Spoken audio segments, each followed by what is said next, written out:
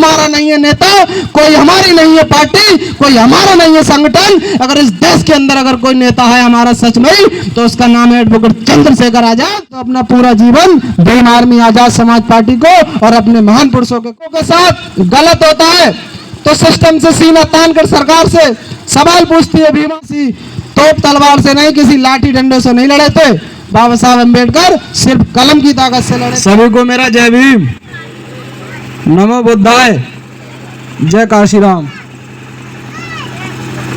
जब सबसे पहले तो जिन लोगों ने कार्यक्रम कराया, आदेश भाई ने और आदेश भाई की तमाम जिन साथियों ने कार्यक्रम कराया और यहाँ पर सहयोग किया, उन सभी साथियों को बहुत बहुत धन्यवाद व आभार। और यहाँ पर उपस्थित लोग, माताएं, बहनें, नौजवान साथी, बच्चे, बूढ़े और हमारे साथ में चलकर आए मेरे सभी क्रांतिकारी साथी, उन सभी का बहुत बहुत धन्यवाद, बहुत बहुत आभार। साथियों, मैं अनमोल सागर, भीम आर्मी का सबसे छोटा कार्यकर्ता। और साथियों, मैं यहाँ से नहीं आया हूँ, मैं चंदोसी के बराबर में मेरा नगर पंचायत पड़ता है, फैजगंज भेटा। मैं वहाँ से चल कर आया हूँ, वहाँ से। और यहाँ आपके गांव की दूरी करीब 80 किलोमीटर है। जब 80 किलोमीटर हम वहाँ से चल के आ सकते हैं सुबह से, तो आपको भी कम से कम इकट्ठा होना चाहिए। लेकिन बहुत दुख की बात है, यहाँ पर सब गाँव के लोग उपस्थित भी नहीं है। यहाँ पर वही लोग उपस्थित हैं जो जानते हैं, जिन्हें पीड़ा है, जो जानते हैं कि भाई हमें क्या करना है। बहुत दुख की बात है। खैर कोई नहीं, आप सभी साथियों का बहुत बहुत धन्यवाद। साथियों, हमारे वक्ताओं ने, सभी लोगों ने हमारे महापुरुषों के बारे में बताया, क्रम बाई क्रम, और बताया कि भीम आर्मी आजाद समाज पार्टी के बारे में, और बताया चंद्रशेखर भाई के बारे में। मैं 10 मिनट से पहले अपनी बात को खत्म करूंगा, क्योंकि हम बहुत बड़े नेता नहीं जो हम बताएं और आप सुनते रहो। जो मेन बातें, जो अहम बातें, उन बातों पर हम चर्चा करेंगे। साथियों, बहुजन समाज में समय समय पर जन्मे सभी संतों, गुरुओं, महापुरुषों को नमन। करुणा के सागर तथागत गौतम बुद्ध, ज्योतिराव फूले, माँ फातिमा शेख, ईवी रामास्वामी, पेरियार, ललई सिंह यादव, भगत सिंह, उधम सिंह, सरदार सरप्पा, रामस्वरूप वर्मा, कपूरी ठाकुर, एपीजे अब्दुल कलाम साहब और तमाम महापुरुष। साथियों, एक ऐसे महापुरुष जिन्होंने कश्मीर से लेकर कन्याकुमारी तक 4200 किलोमीटर साइकिल चला करके देश का सबसे बड़ा राज्य उत्तर प्रदेश में 4-4 बार सरकार हमें बना करके दी, माननीय साहब श्री काशीराम साहब को भी नमन। साथियों, एक ऐसे महापुरुष जिन्होंने छुआछूत जैसी तमाम पाखंडी परंपराओं को एक ठोकर में बदल कर रख दिया। नारियों के भगवान, हमारे भगवान बाबा साहब डॉक्टर भीमराव अम्बेडकर जी को भी नमन। साथियों, आज मैं आपसे चर्चा करूंगा। इस देश की हालात, इस प्रदेश की हालात किसी से छुपी हुई नहीं है। साथियों, अगर आप लोग महापुरुषों की बात करोगे, अगर आप लोग सिस्टम से सवाल पूछोगे, अगर आप लोग अपने हक अधिकारों की बात करोगे, रोजगार नौकरी की बात करोगे, तो साथियों सरकार के पास आपको जवाब देने के लिए कुछ नहीं है। वो लोग आपको झूठी FIR देंगे, वो लोग आपको थाने में पकड़वाएंगे, वो लोग आपको प्रताड़ित करेंगे। साथियों, यही आपको सोचना होगा। हमारे देश के अंदर 543 सांसद हैं, 542 सांसद एक तरफ और हमारे नेता एडवोकेट चंद्रशेखर आजाद एक तरफ। साथियों, किस तरीके से हमारे भाई एडवोकेट चंद्रशेखर आजाद किस तरीके से काम करते हैं समाज के लिए, हमारे लोगों को ताकतवर बनाने के लिए। उनका भी घर परिवार, रिश्तेदार, फैमिली सारा कुछ है। अगर वो चाहे तो वो अच्छे खासे वकील हैं, अच्छा खासा सब कुछ अगर वो चाहे तो अपना जीवन यापन कर सकते हैं बहुत अच्छे से। लेकिन नहीं, उन्हें मालूम है समाज की स्थिति। बाबा साहब अम्बेडकर अगर अपना खुद का करियर देखते तो अच्छा बताओ आज हम लोग यहाँ होते, बताओ।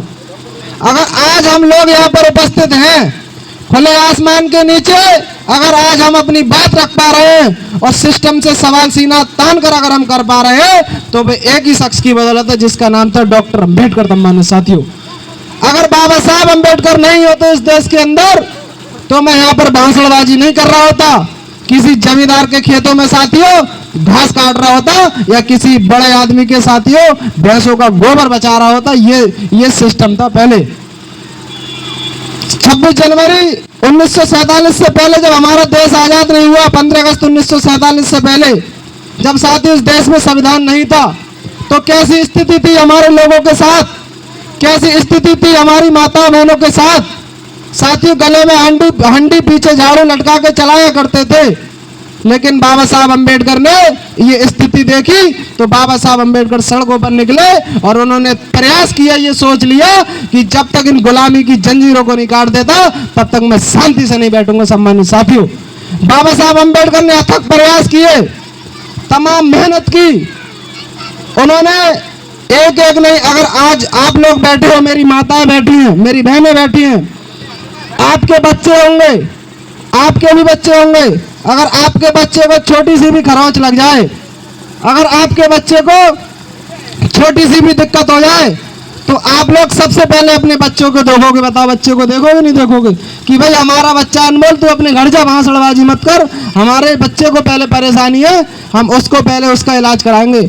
लेकिन एक बाबा साहब अंबेडकर थे जिन्होंने समाज के लिए एक नहीं अपने 4-4 संतानों की कुर्बानी कर दी। साथियों, वो बाबा साहब अंबेडकर हमारे लिए बाबा साहब अंबेडकर नहीं, वो हमारे लिए किसी भगवान से कम नहीं है। सम्मानित साथियों, लेकिन जब बाबा साहब अंबेडकर ने हमारे लिए इतना कुछ कर दिया, उसके बाद मान्यवर साहब श्री काशीराम साहब ने साथियों देखा, मान्यवर साहब श्री काशीराम ने साथियों कश्मीर से लेकर कन्याकुमारी तक 4200 किलोमीटर साइकिल चला के गली गली गांव गांव घूम करके साथियों BS4 बनाया, बाम सेब बनाया, देश का सबसे बड़ा राज्य उत्तर प्रदेश में 4-4 बार सरकार बना करके दी। ऐसे महामानव मान्यवर साहब श्री काशीराम थे। साथियों, आज मैं सभी क्रांतिकारियों को याद करता हूं, लेकिन मेरा आपसे निवेदन है, आप सभी लोग महापुरुषों को पढ़े, बहुजन आंदोलन को बढ़ाएं। अगर साथियों आपकी ताकत नहीं, आज मैंने यहाँ पर बहुत देर से फोकस कर रहा हूँ, ये अंबेडकर पार्क है, आप लगाओ अनुमान, आज हमारी सरकार होती, आज हम ताकत में होते, आज हमारे विधायक सांसद होते, तो ये अंबेडकर पार्क की स्थिति ऐसी होती, ये पेड़, ये घास, ये क्या, ये बताओ, ऐसी होती स्थिति। अगर हमारी सरकार होती तो बहुत अच्छी बिल्डिंग बन रही होती है, बहुत अच्छी टाइल पत्थर लग रहा होता। साथियों, ताकत है सरकार की। सरकार को लाने के लिए, अपनी ताकत को बढ़ाने के लिए भीम आर्मी काम करती है, दिन प्रतिदिन समाज के बीच जाती है, अपने लोगों की आवाज को उठाती है। जब हमारे लोगों के साथ गलत होता है तो सिस्टम से सीना तान कर सरकार से सवाल पूछती है भीम आर्मी, और वो कुछ अपने लिए नहीं। भीम आर्मी का तो सिस्टम है कि अन्याय के खिलाफ, जहां भी अन्याय होता है, जहां भी अत्याचार होता है, जिन लोगों को आपने ताकत दी, विधायक, MLA, MP, प्रधान बनाए, BTC मेंबर बनाए, जिला पंचायत सदस्य बनाया, आप आजमा लेना। जब भी आपके साथ शोषण होगा, जब भी आपके साथ अन्याय होगा, जब भी आपके साथ अत्याचार होगा, तो वो लोग नहीं आएंगे आपके बीच जिन लोगों को आपने ताकत देने का काम किया। अगर आपके बीच अगर कोई आएगा तो भीम आर्मी आजाद समाज पार्टी के लोग आएंगे। साथियों, ये मैं जिम्मेदारी से बताता हूं। जब भीम आर्मी आजाद समाज पार्टी न जेल की परवाह करती है, न लाठी डंडे, न मुकदमों की परवाह करती है साथियों, तो आपको भी समझना चाहिए कि हम लोगों को भी भीम आर्मी का साथ देना चाहिए। आप सभी को पता होगा, अभी 4-6 दिन पहले की बात है, मेरठ के अंदर किस तरीके की घटना हुई थी। एक हमारी जाटव समाज की बहन के साथ, वो बहन अपने खेतों पे जा रही थी अपनी माँ के साथ। कुछ राजपूत समाज के लोग, यानी कि ठाकुर समाज के लोग, एक लड़का था, उस बहन को रोकने का काम किया, उसने जबरदस्ती की। उसकी माँ ने विरोध किया कि मेरी लड़की को क्यों पकड़ रहा है तू। तब उस लड़के ने उसकी माँ के यहाँ सर पे फरसा मारा उसकी, फिर वो माँ अस्पताल में एडमिट हो गई, और अस्पताल के एडमिट होने के बाद उसकी मृत्यु हो गई। वो साथियों वो इस दुनिया को छोड़कर चली गई। बताओ ये कैसी स्थिति हमारे देश की, हमारे प्रदेश की। और उस लड़की को, हमारे जाटव समाज की लड़की रूबी को, वो गुंडा उठा करके ले गए साथियों। तो इस देश के अंदर बड़े बड़े नेता हैं, बड़े बड़े लोग हैं, बड़ी बड़ी पार्टी, बड़े बड़े संगठन हैं, वो वो बात करते हैं जाटव समाज की, वो बात करते हैं बहुजन आंदोलन की, वो बात करते हैं बाबा साहब की, वो बात करते हैं काशीराम साहब की। उस दिन हमने देखा था कि कोई हमारा नहीं है नेता, कोई हमारी नहीं है पार्टी, कोई हमारा नहीं है संगठन। अगर इस देश के अंदर अगर कोई नेता है हमारा सच में, तो उसका नाम है एडवोकेट चंद्रशेखर आजाद। वो एक पार्टी है जिसका नाम है आजाद समाज पार्टी, और एक ही संगठन है जिसका नाम है भीम आर्मी। साथियों, किस तरीके से सरकार में बैठे नेताओं से और पुलिस से हमारे नेता चंद्रशेखर आजाद ने किस तरीके से साथियों उनसे लड़ाई लड़ने का काम किया संवैधानिक दायरे में। और उस बहन के तरफ जब भाई हमारे गए उस पीड़ित के घर पर, तो पुलिस ने किस तरीके से हमारे नेता को रोकने का काम किया। तो साथियों, बहुत बातें हैं बताने को तो, लेकिन अब मेरा आपसे निवेदन है, आप सभी साथी यहाँ पर शिक्षित हैं, पढ़े लिखे होनहार हैं। हमारे महापुरुषों ने कहा था, एक रोटी कम खाना, अच्छे कपड़े मत पहनना, पैर में चप्पल जूते हो या ना हो, लेकिन हाथ में शिक्षा, हाथ में साथियों आपके किताब होनी चाहिए, कलम होनी चाहिए। ये उदाहरण है हमारे सामने बाबा साहब अम्बेडकर। बाबा साहब किसी तोप तलवार से नहीं, किसी लाठी डंडे से नहीं लड़े थे।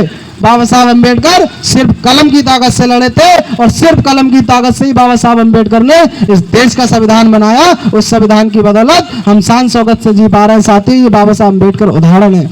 लेकिन आप लोगों को सिर्फ कुछ नहीं करना, शिक्षा पर फोकस देना है। आपने तमाम पार्टी संगठनों को मौका दिया, एक मौका आप भाई एडवोकेट चंद्रशेखर आजाद को देकर के देखो। साथियों, मुझे मालूम है यहाँ पर करीब बहुत से युवा हैं, सारे लोग बेरोजगार होंगे, यहाँ पर कोई नौकरी नहीं है। मैंने खुद इंटर कर लिया, खुद बीए कर लिया, खुद एलएलबी कर रहा हूँ। सारी कुछ पढ़ाई होने के बाद कहीं कुछ नहीं है। साथियों, मैंने तो अपना पूरा जीवन भीम आर्मी आजाद समाज पार्टी को और अपने महान पुरुषों के आंदोलन के लिए कुर्बान कर दिया। साथियों, लेकिन आपको भी अपने गांव से निकलना होगा और अपनी समाज की आवाज को बुलंद करना होगा, और भाई एडवोकेट चंद्रशेखर आजाद को उत्तर प्रदेश का मुख्यमंत्री बनाना होगा, और उत्तर प्रदेश में अपना राज लाना होगा। जब आपका राज होगा, जब आपके मुख्यमंत्री होंगे, फिर आपके साथ शोषण नहीं होगा, फिर आपके साथ अन्याय नहीं होगा, फिर आपके साथ अत्याचार नहीं होगा। साथ ही बड़े बड़े अच्छे सिस्टम में आप लोग जाने का काम करोगे। ये ताकत होती है सरकार की। साथियों, मैं हमेशा एक बात कहता हूं, हमारे समाज सबसे आर्थिक स्थिति ठीक नहीं है, उसके बाद हमारा समाज दारू, मुर्गा, पौआ, साड़ी, धोती, वो लोग बड़ी बड़ी बातें करते हैं। चुनाव के समय हमारी माताओं बहनों से कहते हैं कि हम तुम्हें साल दे देंगे, तौलिए दे देंगे, धोती दे देंगे, ये कर देंगे, वो कर देंगे। हमारे लोगों के वोट ले जाते हैं, लेकिन मेरी माताओं बहनों, आपको किसी के बहकावे में नहीं आना है। जिला पंचायत का चुनाव आ रहा है, उसके बाद विधानसभा के चुनाव आएंगे। आपने तमाम चिन्हों को देखा, तमाम पार्टी, तमाम संगठनों को देखा। अब आपको कुछ नहीं देखना है, अब आपको चुनाव चिन्ह सिर्फ केतली याद रखना है, सिर्फ केतली।